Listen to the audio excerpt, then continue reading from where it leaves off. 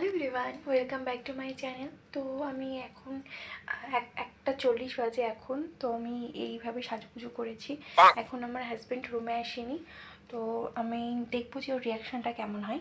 Let's go. আমি এখন ফার্স্টে ওকে ফোন করব যে কোথায় আছে না আছে। তো তারপরে ও আসার পরে আমি ভিডিওটা আবার অন করব।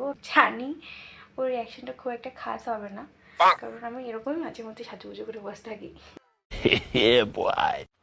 চলো দেখা হচ্ছে ও আসার পরে। 2,000 years later.